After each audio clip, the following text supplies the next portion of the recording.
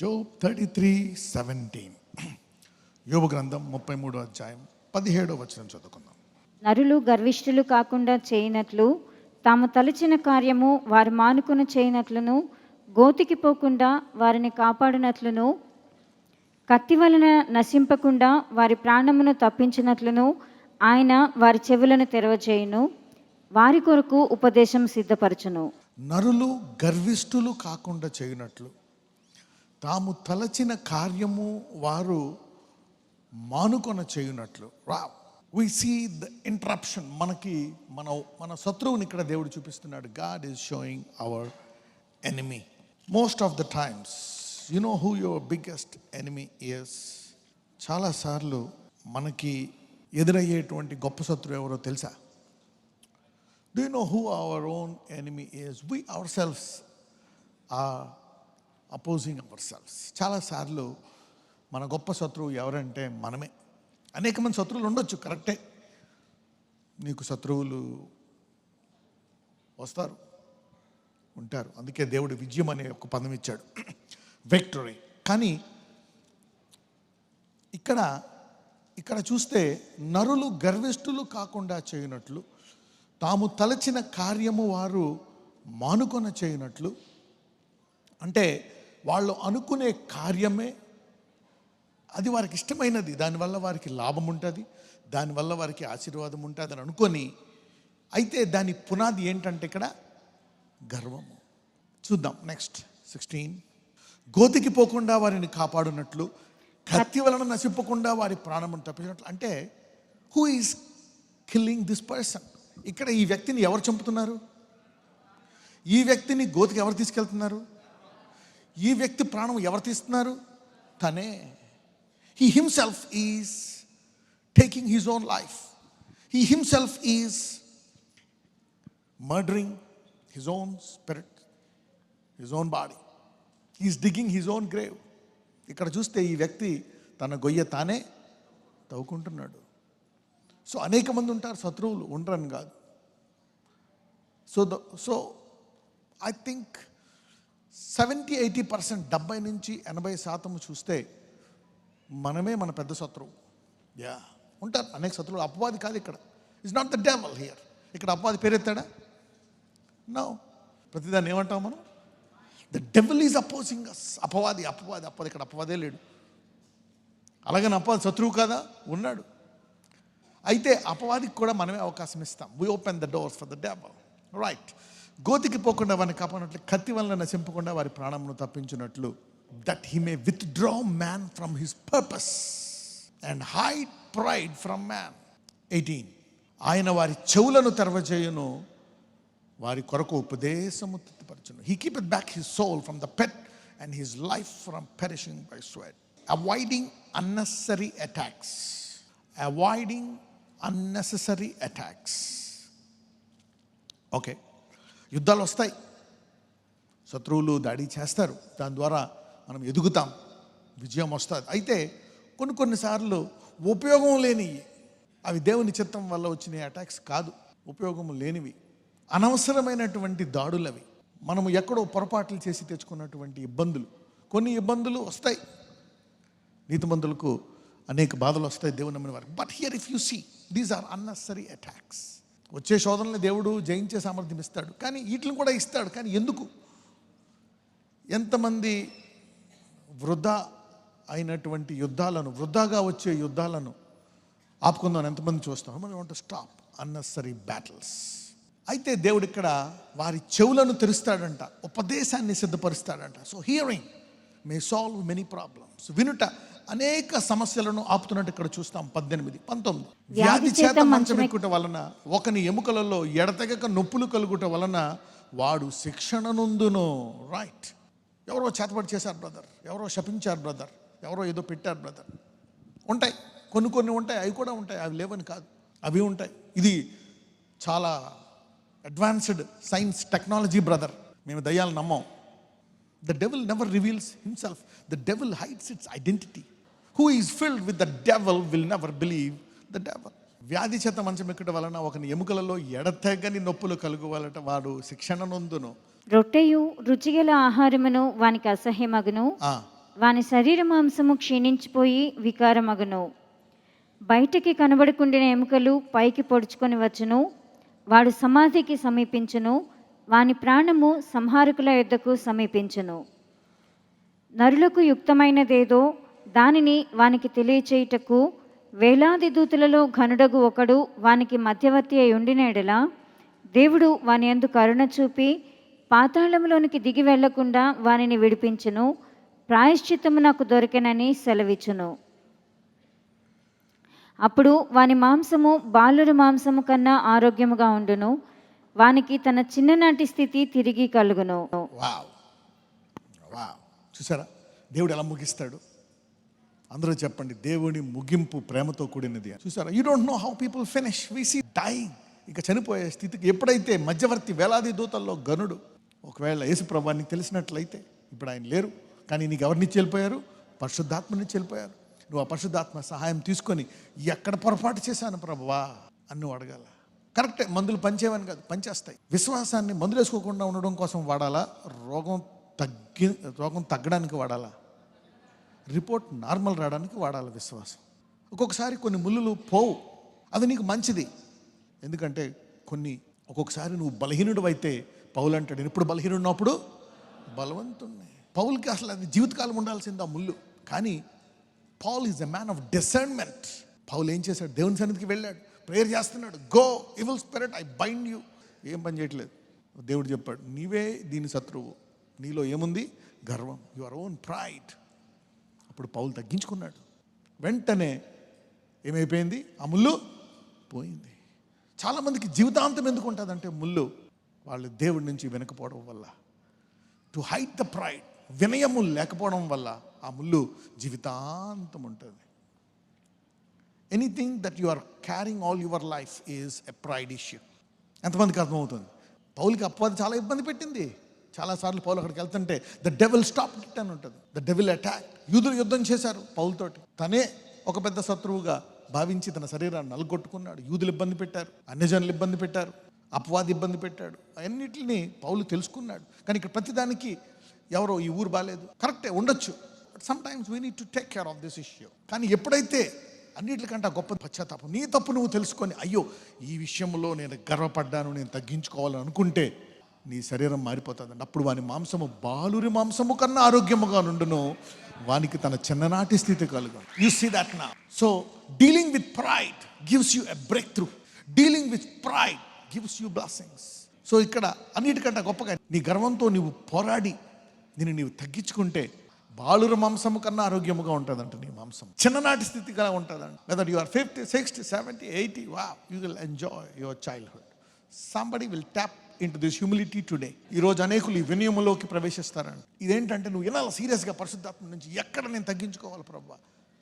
భర్త దగ్గర తగ్గించుకోవాలా, అక్క దగ్గర తగ్గించుకోవాలా, సమాజంలో తగ్గించుకోవాలా, బంధువుల దగ్గర తగ్గించుకోవాలా, నీ దగ్గర తగ్గించుకోవాలా, ఎక్కడ ఎక్కడ ఎక్కడ. So you need to deal unnecessary attacks, లేనిపోని యుద్ధాలు. ఇప్పుడు చెప్పండి, ఇది వేరే వాళ్ళు కలుగు చేసిన యుద్ధమా ఈ వ్యక్తికి?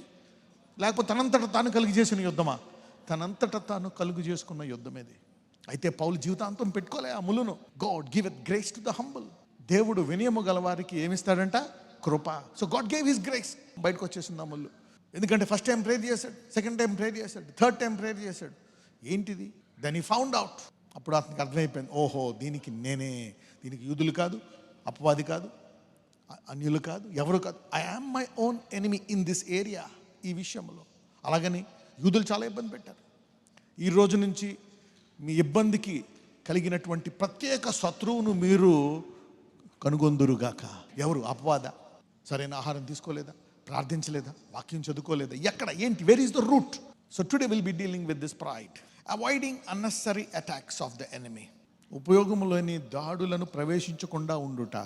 ఉపయోగము లేని దాడులు చాలాసార్లు. ఎందుకు ఆ దాడులు? కరెక్టే, నెగ్గుతావు, జయిస్తావు. Why? Avoiding unnecessary attacks. Solution ఏంటి? Number 1, develop your faith. నీ విశ్వాసాన్ని నువ్వు పెంచుకో. Develop your faith. అందరూ చెప్పండి, నా విశ్వాసాన్ని నేను పెంచుకుంటాను. You are the boss of your faith. కొంత సమయాన్ని మనం కేటాయించాలి ఈరోజు.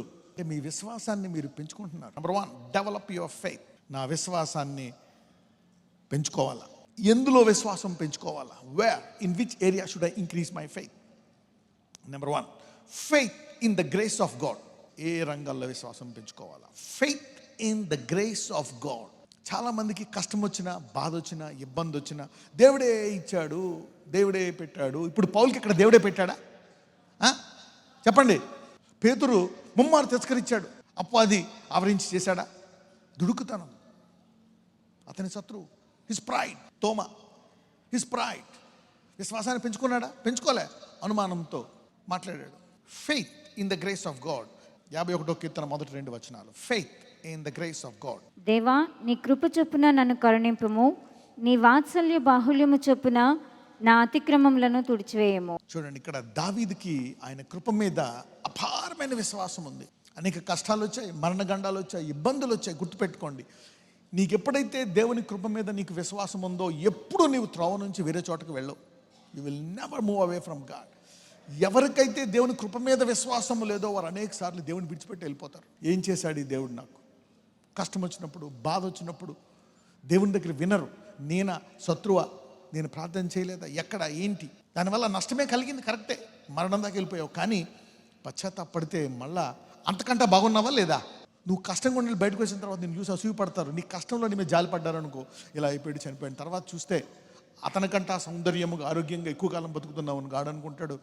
నేను కూడా అలా రోగం వస్తేనే బెస్ట్, ఇంకా బాగున్నావు వీళ్ళగా అనుకుంటారు కదా. So restoration is glorious. Restoration. చాలామంది దేవుని విడిచిపెట్టేస్తారు. ఏం చేశాడు దేవుడు? నాకు ఇంకా ఇల్లు ఇవ్వలేదు, పిల్లల్ని ఇవ్వలేదు, పెళ్ళి అవ్వలేదు, ఉద్యోగం రాలేదు, ఇంకా రోగం తగ్గలేదు. దేవా, నీ కృప చొప్పున నన్ను కరుణింపము, నీ వాత్సల్య బాహుల్యము చొప్పున నా అతిక్రమములను తుడిచివేయము. ఏమంటున్నాడు? తుడిచేయి అంటున్నాడు. Wipe off my God. ఏమంటున్నాడు? నా పాపాలని తుడిచేయి, clean it off. Blot out my transgressions. Blot out అంటే తీసేయడం, ఇంకా లేదు అక్కడ. వెస్ట్. నా దోషం పోవునట్లు నన్ను బాగుగా కడుగుము, నా పాపం పోవునట్లు నన్ను పవిత్రపరచుము. చూసారా, ఆయన కృప గురించి తెలిసింది కాబట్టి అతని యొక్క పొరపాట్ల విషయమై, వచ్చిన కష్టాల విషయమై, నా బాధల విషయమై కారణం నా పాపాలు కాబట్టి, ప్రభు నీ కృప గలవాడు, వాటిని తుడిచేసేయి, నేను మళ్ళీ కొత్తగా ఆరంభిస్తాను. I want to begin a fresh life. ఎవరైతే దేవుని కృపను అపారముగా నమ్ముతున్నారో, you always have new beginnings, you always have fresh beginnings. ఈ వ్యక్తికి కొత్త ఆరంభం వచ్చిందా లేదా? He got a new beginning. Many people who doesn't know the grace of God has no new beginnings. ఎవరికైతే దేవుని కృప మీద, దేవుని యొక్క అపారమైన కృప మీద విశ్వాసం లేదో, వారికి నూతన ఆరంభాలు ఉండవు, వారి జీవితాల్లో సాక్ష్యాలు ఉండవు. కోల్పోయినాయి 2 రెట్లు, 3 రెట్లు, 7 రెట్లు. People don't have this things. ఈ రోజు నుంచి ఎవరెవరైతే ఆర్థికంగా, అనారోగ్యములో, అప్పుల్లో, రకరకాల విషయాల్లో చిదిగిపోయి ఉన్నారో, let the good lord have new beginnings. నూతన ఆరంభాలు జరుగును గాక. 40 ఏళ్ళు వచ్చేసాయి బ్రదర్, ఇంకేమి 50 ఏళ్ళు, 60 ఏళ్ళు, 75 ఏళ్ళకి నూతన ఆరంభం వచ్చింది. అబ్రహాంకి దేవుడు పిలిచాడు, దా యాత్రలో బయలుదేరాను. కొడుకునిచ్చింది 100 ఏళ్ళకి. 80 ఏళ్ళకి మోషే అన్నాడు, పద ఇప్పుడు నీ ద్వారా ఎలా విడిపిస్తానో చూడు అని. Somebody is having new beginnings today. Age is not పక్కనతో చెప్పండి, ఈ రోజు నుంచి నీకు గొప్ప నూతన ఆరంభాలు నీ జీవితంలో కలుగును గాక అన్నాడు. ఈ వ్యక్తి మరణము దాకా, గోతి దాకా వెళ్ళిపోయేటువంటి విత్తన విషయంలో యేసును కనుగొన్నాడు. వేలాది దూతల్లో ఒక గనుడు యేసుని కనుగొంటే కొత్త ఆరంభం, new beginning. You never give up on God. అరే ఇలా అయిపోయింది, మనిషి చనిపోయాడా? చనిపోయి ఎక్కడికి వెళ్ళాడు? పరలోకం వెళ్తాడు విశ్వాసి అయితే. అలా జరిగిందని చెప్పి దేవుడి నుంచి దూరం అయిపోతే ఏంటి? దేవుని ప్రేమించి వారికి సమస్తము సమకూడి ఏం జరుగుతున్నాయంట? మంచికే. So never leave the love of God. పక్కన వాళ్ళు చెప్పండి, దేవుని ప్రేమ మీద ఎప్పుడు నమ్మకం పోగొట్టుకోవద్దని చెప్పండి. Never, what ever happens, develop your faith. మొదటగా ఇక్కడ చూస్తే ఆయన కృప మీద విశ్వాసాన్ని పెంచుకోవాలండి. ఏ రీతిగా మాట్లాడుతున్నారు? అనేకులు అనొచ్చు, నువ్వు అలా చేసావు, నువ్వు ఇలా చేసావు, అలా చేసావని. అనేకులు నీ మీద నిందలేయొచ్చు నీ గతాన్ని చూసి. People see your past and then they decide your future. నీ గతాన్ని బట్టి వాళ్ళు నీకు తీర్పు తీరుస్తారు. అయితే నువ్వు కనికరమ ద్వారా, దేవుని కనికరం తెలిస్తే ఏం చేయొచ్చు? ప్రభు వాళ్ళందరూ నా గురించి అట్టుగా మాట్లాడుతున్నారు, వాటిని తుడిచిపెట్టేసాయి. Wipe off, blot out. Somebody's past is being blotted out today. అనేకుల చెడ్డ గతాన్ని దేవుడు పూర్తిగా తుడిచివేయను గాక. అంటే ఏంటి? నేను మర్చిపోతున్నా, నువ్వు మర్చిపో. I'm forgetting, you also forget. Have a new beginning. Number 2, faith, to be content. మొదటిది, ఎందులో విశ్వాసం ఉండాలా? దేవుని యొక్క అపారమైన కృప మీద విశ్వాసం. This is the foundation. Number 2, faith. దేవుని యొక్క కృప మీద ఉంటే అనేక గండాలను తప్పించుకోవచ్చు మనం. మరణ గండాలు, ఇబ్బందులు, గోధు నుండి తప్పించుకోవచ్చు. ఫెయిత్, టు బీ కంటెంట్ అంటే ఏంటి? రెండవది చూస్తే ఫెయిత్ టు బి కంటెంట్. ఉన్న దాంట్లో విశ్వాసం అంటే ఏంటి తెలుసా? ఉన్న దాంట్లో సంతోషంగా ఉండడం. నీ జీతం 20,000 ఉండు అందులో. మీ అన్నయ్య జీవితం 2 లక్షల ఉండు. అయితే అలాగని దేవుడిని ఆశీర్వదించడా? ఆశీర్వదిస్తాడు. ఫెయిత్ టు బి కంటెంట్ అంటే ఉన్న దాంట్లో తృప్తిగా ఉండాలంటే దానికి కూడా ఏముండాలంట? విశ్వాసం. Faith can only help you to be satisfied in what ever. నీ ఉన్న దాంట్లో నీవు సంతృప్తిగా ఉండాలి అంటే నీకేం కావాలా? విశ్వాసం. ఒక్కొక్కసారి అధిక విశ్వాసం కూడా కావాలి. చూద్దాం. ఫిలిప్పీలకు రాసిన పత్రిక 4:11-13. నాకు కొదువ కలిగినందున నేను ఇలాగ చెప్తలేదు, నేను ఏ స్థితిలో ఉన్నను ఆ స్థితిలో సంతృప్తి కలిగి నేర్చుకొని ఉన్నాను. నేర్చుకోవాలంట.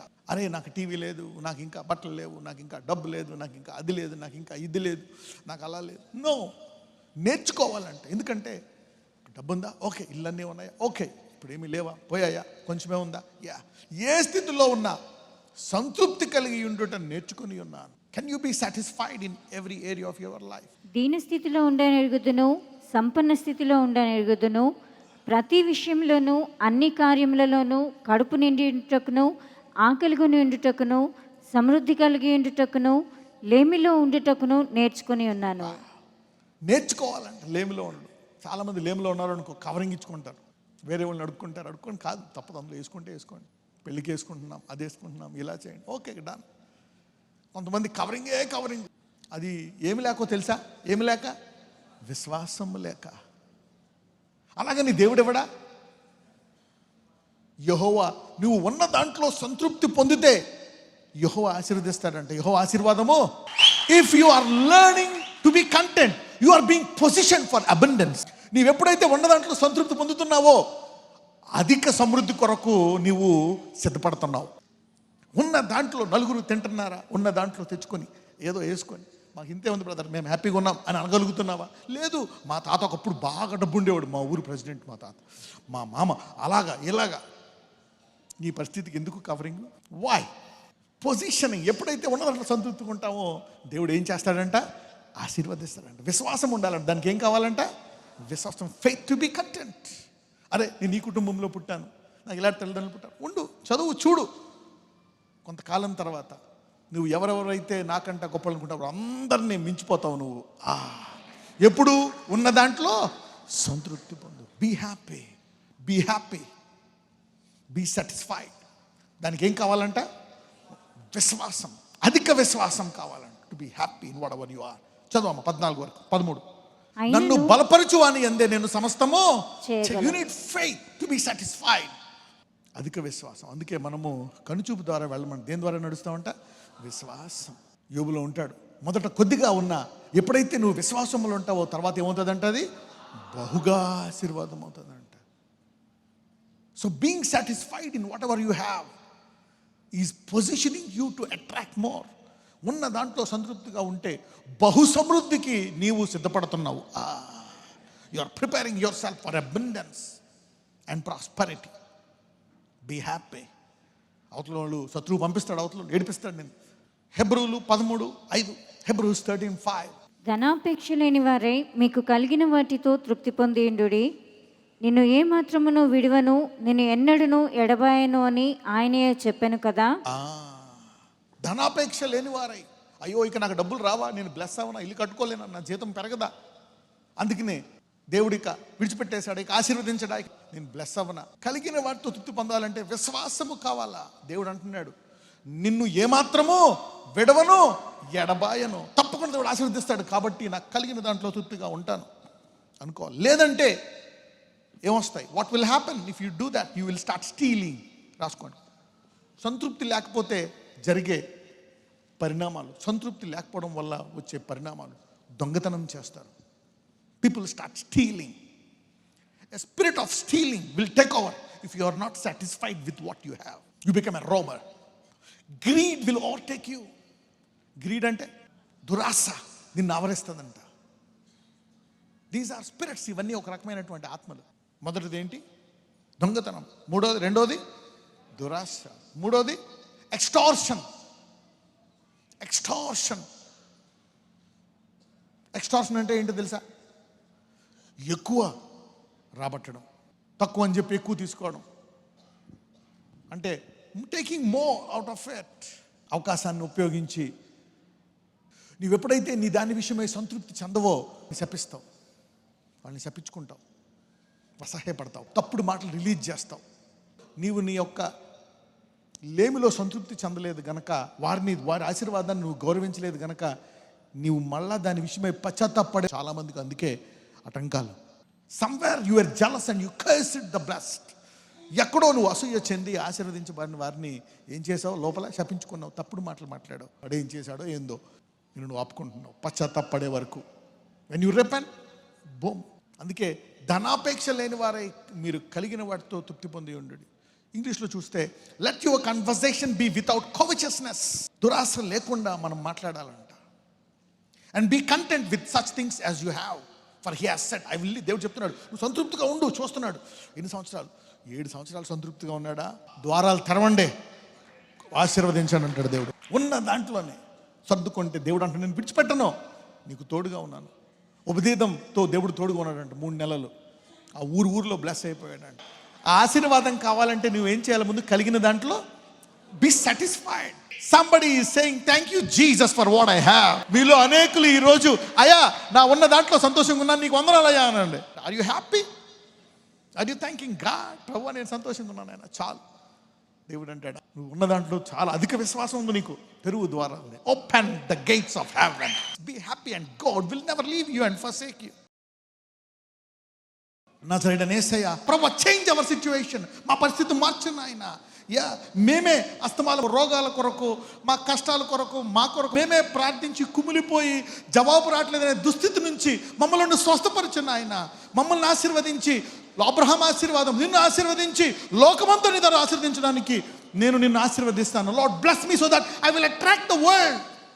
నేను వెలుగ్గా చేసి లోకము నా వద్దకు వచ్చేటట్టు నా పరిస్థితిని మార్చింది ఆయన.